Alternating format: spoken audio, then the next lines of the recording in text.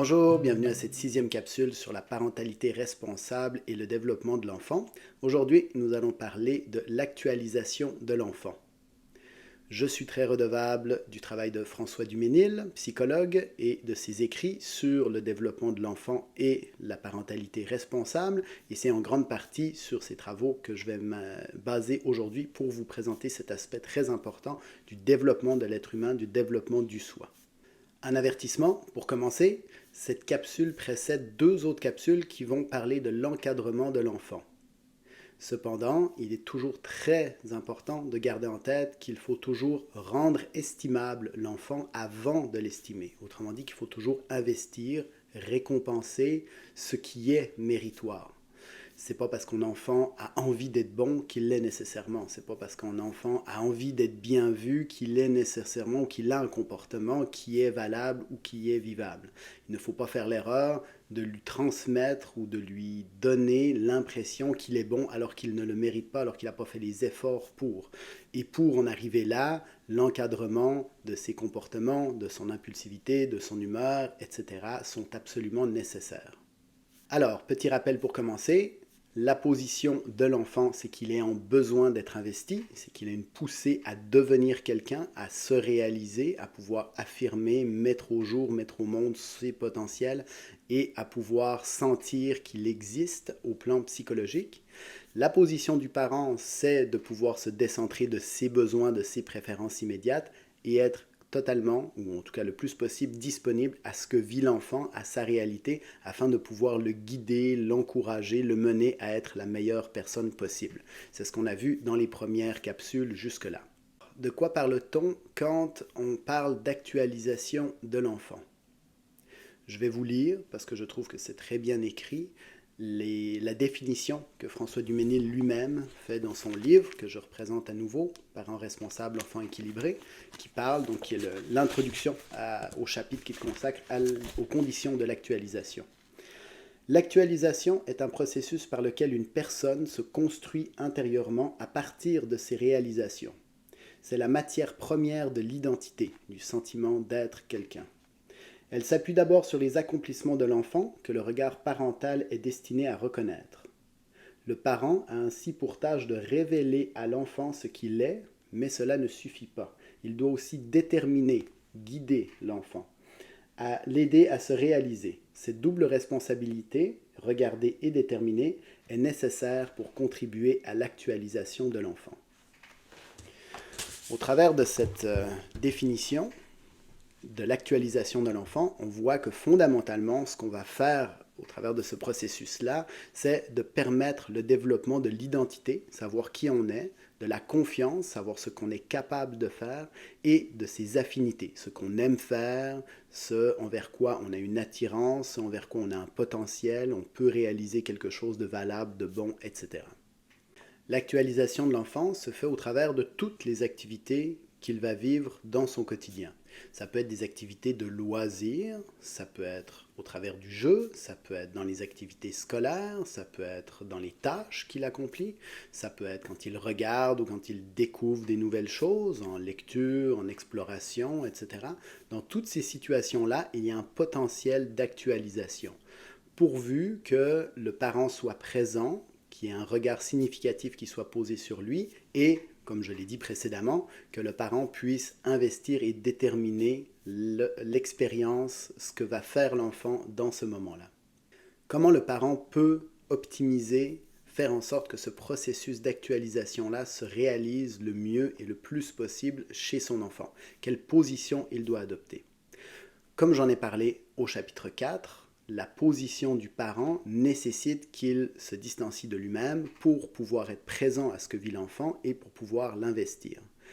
J'avais donné un exemple sur les différents rôles que le parent peut avoir dans le jeu, par exemple. Je vais y revenir un peu plus en détail.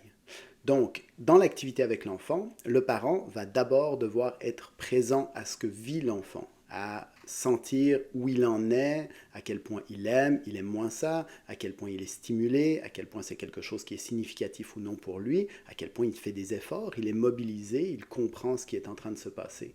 Et il va devoir intervenir, en tout cas lui transmettre ces informations-là aussi. Le parent va devoir aussi gérer le niveau de difficulté de l'activité. Il ne peut pas se contenter de laisser l'enfant faire spontanément ce qu'il a envie de faire dans telle et telle activité pour que ce soit nécessairement suffisant. Si l'enfant fait quelque chose de trop simple pour lui, il n'apprendra rien. Si c'est trop difficile, il va se décourager, il passera à autre chose, il va peut-être rater une occasion de pouvoir réaliser, de pouvoir accomplir quelque chose. Donc le parent va devoir aménager les obstacles, le niveau de difficulté de toutes sortes de façons dans une tâche donnée. Le parent va devoir aussi encadrer l'effort, l'attitude, le comportement. Là, c'est plus un rôle à ce moment-là d'encadrement que le parent va devoir prendre dans cette situation-là aussi, puis à laquelle je vais revenir plus en détail dans les 2 prochaines capsules, comme je l'ai déjà dit précédemment. Mais il faut noter que le parent doit pouvoir guider, encourager, oui, mais aussi des fois forcer, pousser l'enfant dans une direction parce que ça va être bon pour lui, parce que ça vaut la peine qu'il le fasse, ou pour justement faire en sorte que, avec ses efforts, avec la difficulté que l'enfant a vécue, il puisse recevoir après des félicitations qui seront à la hauteur de ce qu'il va avoir vraiment accompli, d'à quel point ça va être difficile, oui, mais à quel point aussi il va s'être mobilisé, il va avoir fait l'effort de rester concentré, persévérant dans la tâche.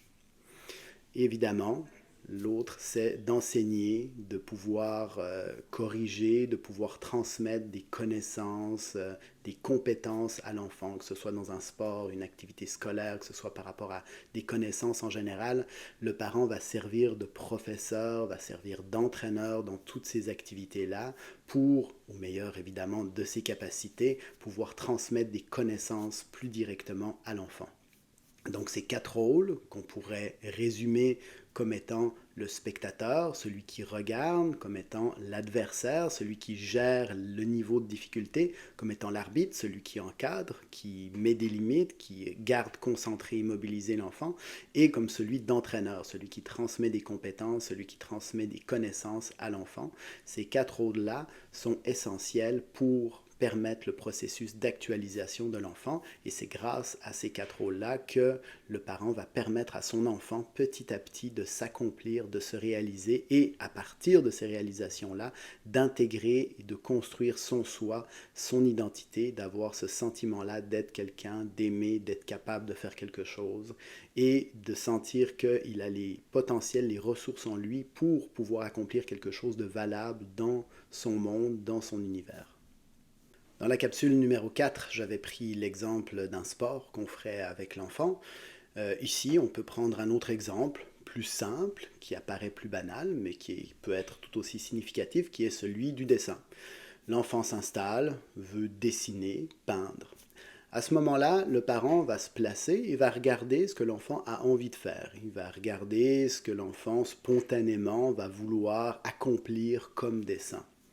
L'enfant va se mettre à produire quelque chose, faire quelque chose, et il va immédiatement avoir envie de savoir est-ce que c'est bon, est-ce que c'est correct, regarde, je fais ça, regarde, je veux dessiner ça, ou il va même demander ah, j'arrive pas à dessiner telle chose, comment est-ce que je peux faire, etc. À chaque fois, le parent doit bien situer l'enfant là-dessus. Si effectivement ce qu'il a fait est valable, il va lui dire, mais si ce qu'il a fait est peu valable ou est comme d'habitude, enfin, est conforme à ce que l'enfant fait habituellement sans trop de difficultés, le parent va lui dire, bon, ben, c'est bien, tu as fait ça, mais tu es capable de faire mieux. Maintenant, essaye de dessiner ça de cette manière-là, ou essaye d'ajouter un détail, une couleur, ou continue. Pour le moment, tu es sur la bonne voie, mais tu n'as pas encore fini, continue. S'il voit que l'enfant se décourage, il peut aller voir, regarde, qu'est-ce que tu pourrais faire de plus simple, peut-être tu peux dessiner un autre parti, peut-être que ça c'est correct comme ça, tu peux aller faire une autre partie de ton dessin, peut-être que tu peux utiliser, je sais pas, un autre crayon, quelque chose d'autre, bref, il va aller faire en sorte que l'enfant soit toujours capable de surmonter l'obstacle. Ou à l'inverse, s'il voit que l'enfant fait ça rapidement, facilement, avec des gros traits de peinture, de crayon, etc., il va dire non, regarde là, essaye de définir davantage, tu fais une forme, tu veux la colorier de telle manière, là tu as dépassé ici, il faut que tu essayes de faire ça mieux, etc. Pour le moment, c'est pas à la hauteur de ce que tu es capable de faire ou de ce que tu pourrais faire, essaye de faire mieux que ça. Et donc, le parent va servir à ce moment-là d'encouragement aussi, mais va encourager l'enfant, va lui servir de supporteur, mais va aussi lui servir d'arbitre, le guider, lui dire non, là tu dépasses, là c'est trop, ça marche pas, c'est pas valable, ou là tu es en train de t'énerver, de perdre ta concentration, ça va pas, va te calmer un moment, tu vas revenir, etc.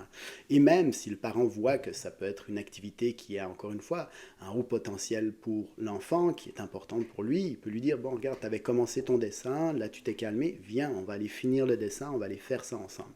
Et quand l'enfant, au bout de ce processus-là, au bout de ce temps-là, a accompli, a mis des efforts, a fait quelque chose de valable, et là le parent va le récompenser, lui dire c'est bien, bravo, beau dessin, telle partie c'était bien, il peut revenir avec lui, oh telle chose c'était difficile, mais tu te rappelles, tu as été capable de, etc. Et donc au travers de ça, au travers de toutes ces interactions-là, le parent va transmettre beaucoup de choses très précieuses à l'enfant pour la construction de son identité, de son soi. L'enfant va apprendre que, par exemple, il est capable ou il est bon à dessiner telle chose, il a une facilité à faire ça, il va apprendre qu'il aime telle partie mais moins d'autres, il va apprendre que s'il continue, il persévère, ben, il est capable d'aller, puis de surpasser ça, puis d'arriver à quelque chose de mieux après. Il va apprendre que s'il fait ça facilement, s'il fait ça sans mettre vraiment d'effort, de concentration, ben, il n'a pas grand-chose de la part du parent, il n'est pas vu comme étant quelqu'un de valable. À l'inverse, s'il met un effort, s'il accomplit vraiment quelque chose, là, ça va aller mieux. Et tout ça va être extrêmement précieux, va être extrêmement important pour la construction de son identité, pour la construction de son estime et pour le développement de la connaissance de soi, de savoir ce qu'il aime, dans quoi il est bon, dans quoi il est moins bon, etc.